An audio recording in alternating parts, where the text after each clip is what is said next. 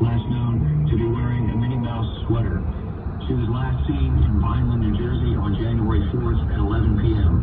She was reported abducted by Ramon Rivera, a 22-year-old Hispanic male, 5'7", 140 pounds, with black hair and brown eyes.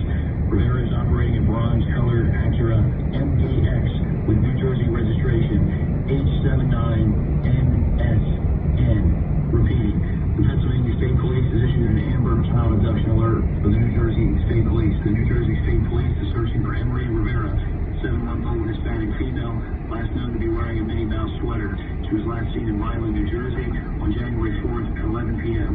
She was reported abducted by Ramon Rivera, a 22-year-old Hispanic male, 5'7", 140 pounds, with black hair and brown eyes.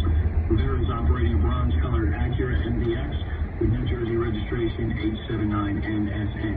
Anyone with information about the abduction should immediately contact the police by calling 911. For more information, go to www.amber.pa.gov. This has been an Amber Child Abduction alert for the New Jersey